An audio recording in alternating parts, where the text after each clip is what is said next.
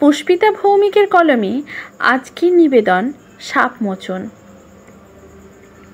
বাহ, কেমন সুন্দর মানিয়েছে আংটিটা তোমার হাতে, একদম পারফেক্ট। আমার সুইটি পাই। ফুলশয্যার রাতে বউ তৃণার বাঁ হাতের অনামিকায় আংটিটা পরিয়ে গালে আলতো চুমু দিয়ে বলে সাগ্নিক, উফ, তুমি পারো বটে। 2 বছর ধরে আমাকে এতবার দেখেছ, তবুও যেন আঁশ মেটে না। ছাড়ো, এবার আমি জামা কাপড় চেঞ্জ করতে যাব। সারাদিন ধরে অতিথি অভ্যাগত সবাইকে সামলাতে যা ধকল গেল। এই বলে বাথরুমের দিকে পা বাড়ায় তৃণা। সদ্য বিবাহিত বউয়ের দিকে এক উড়ন্ত চুমু ছুঁড়ে দিয়ে সাগ্নিক বলে, যা আপনার মর্জি ম্যাডাম। তবে কাল কিন্তু একসাথে শাওয়ারের নিচে দাঁড়িয়ে দুজনেই। ওর কথাটা শেষ হতে না দিয়েই বাথরুমের দরজা বন্ধ করতে করতে শোনা যায় তৃণার গলা, কালকে দেখেছে সাগ্নিক? আজ ভালো কাটলে তবেই তো কাল আসে, তাই না? কেমন জানি একটা শোনায় তৃণার কণ্ঠ। কথাটা শুনে একটু অবাক হলেও পর মুহূর্তেই সাগ্নিক নিজেকে সামলে নিয়ে ভাবে, এই 2 বছর প্রেম পর্ব চলাকালীন এরকম কত মজা ইয়ার্কি তো তৃণা করেছে ওর সাথে। ভীষণ ছটপটে মেয়েটা, একদম তেজি ঘোড়ার মতো। এদের বশ মানিয়ে একটা সীমাহীন আনন্দ পাওয়া যায়, যা শুধু পুরুষ মানুষেরা জানে। এরকম মেয়েই তো ভালো লাগে সাগ্নিকের। তবে আজ কেন এত অস্বস্তি হচ্ছে? অবশ্য মিনিট 10 পর ওর সব অস্বস্তি কেটে যায় তৃণাকে দেখে। গোলাপি ফ্রিল দেওয়া রাত পোশাকে ওকে দেখে নিজেকে ঠিক রাখতে পারে না সাগ্নিক। কোলে তুলে বিছানায় নিয়ে আসে তৃণাকে।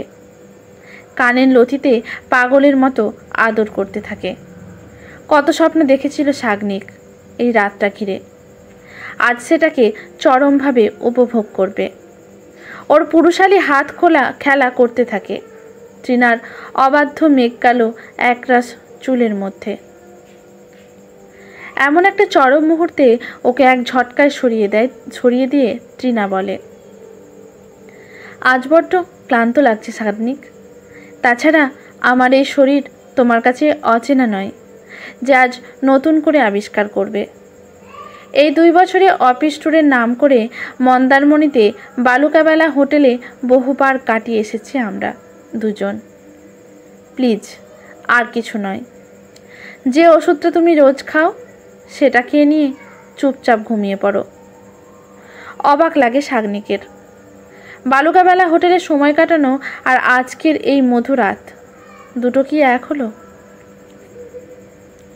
মাথা খারাপ হয়ে গেল নাকি তৃণার? কি বলতে চায় কি মেয়েটা? নিজেই তো কত কিছু বলতো সাগ্নিককে এই রাতটা নিয়ে, অথচ সব ভুলে গেল। সদ্য বাপের বাড়ি ছেড়ে এসেছে তৃণা। হয়তো ওর মন খারাপ, তাই ওকে আর জোর না করে সাগ্নিক বলে, ঠিক আছে মহারানী, পরে সব সুদে আসলে মিটিয়ে নেব। ঘুমাও তুমি, শুভরাত্রি। পাশ ফিরে শুয়ে পড়ে তৃণা। ওর সারা শরীরে মিষ্টি একটা গন্ধ। ধীরে ধীরে মৃদু আবেশে চোখটা বুজে আসে সাগ্নিকের।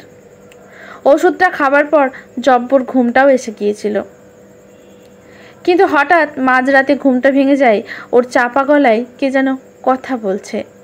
হ্যাঁ, স্পষ্ট তৃণার গলা, না কোনো মনের ভুল নয়। আওয়াজটা পূবের ব্যালকনির দিক থেকে আসছে। মাঝরাতে কে খুলল ওই ব্যালকনির দরজা? ওটা তো সেদিনের পর থেকে বন্ধই থাকে।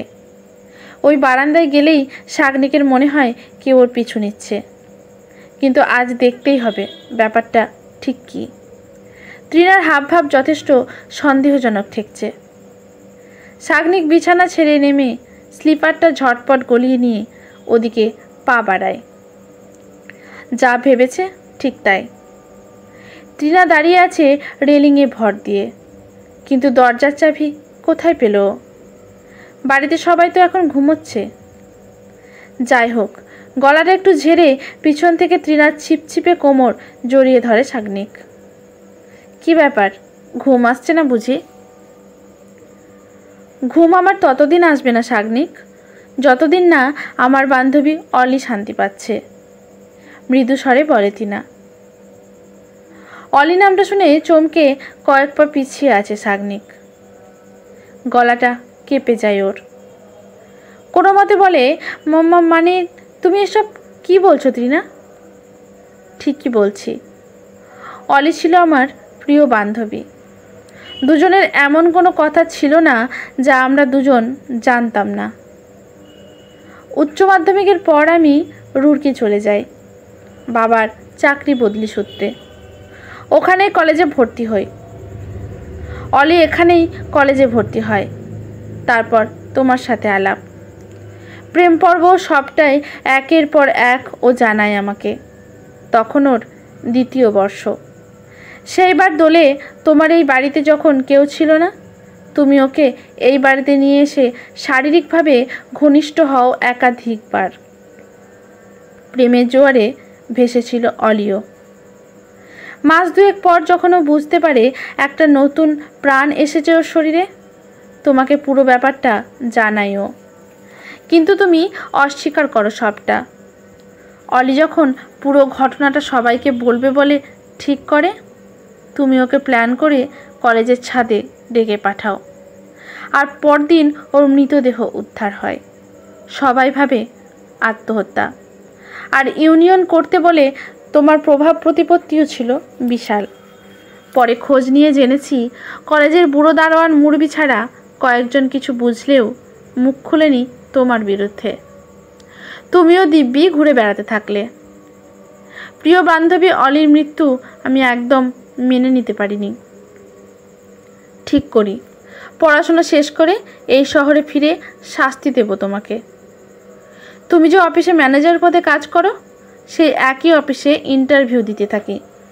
প্রথমবার, দ্বিতীয়বার ব্যর্থ হই, 3য়বার সাফল্য আছে। তোমার কাছাকাছি আসি। নিত্য নতুন নারী শরীরের স্বাদগন্ধ নেওয়া তোমার স্বভাব, সে বুঝতে আমার বাকি ছিল না। তোমার সময় শেষ এবার। কি করতে চাও তুমি? আমাকে মারলে তুমি নিজে বাঁচবে তো?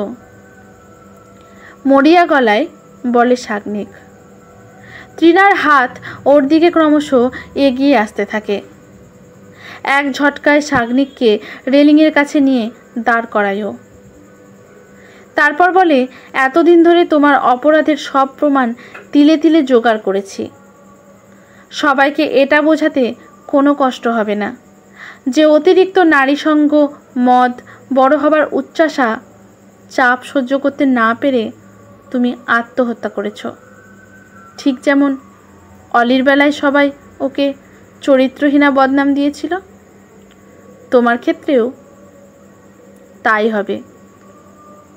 ফিরিবার পথ নাহি, দূর হতে যদি দেখো চাহি,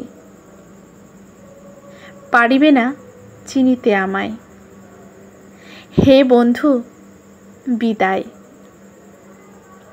অবিকল যেন অলির গলায় শোনা যায় রবি ঠাকুরের শেষের কবিতার কয়েক পংক্তি। ঝাপসা একটা মূর্তি যেন প্রকট হতে থাকে সাগনিকের চোখের সামনে। রেলিং টপকে ছিটকে পড়ে ওর দেহ। তখন ঘড়ির কাঁটা রাত 2টো পেরিয়ে গেছে। ফুলে সাজানো বিছানায় এসে নিজের হাত ব্যাগ থেকে মুঠোফোনটা বার করে টিনা। আজ যে অলির জন্মদিন। আজই নতুন করে নবজন্ম পেল। ফুরফুরে রোদের মতো ছিল অলি। কেমন সুন্দর মাতিয়ে রাখত সবাইকে। ফোন গ্যালারির মধ্যে থাকা অলি ফিসফিসিয়ে বলে,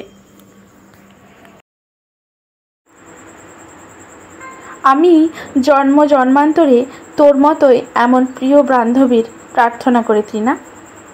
ভালো থাকিস। সব কিছু মিটে গেলে নতুন করে জীবন শুরু করিস। অনেক দেরি হয়ে গেল আমার জন্য তোর।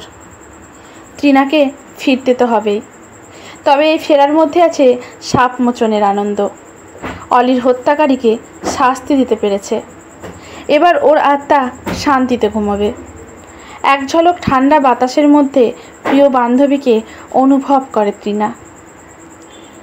আজকের গল্পটি এখানে সমাপ্ত।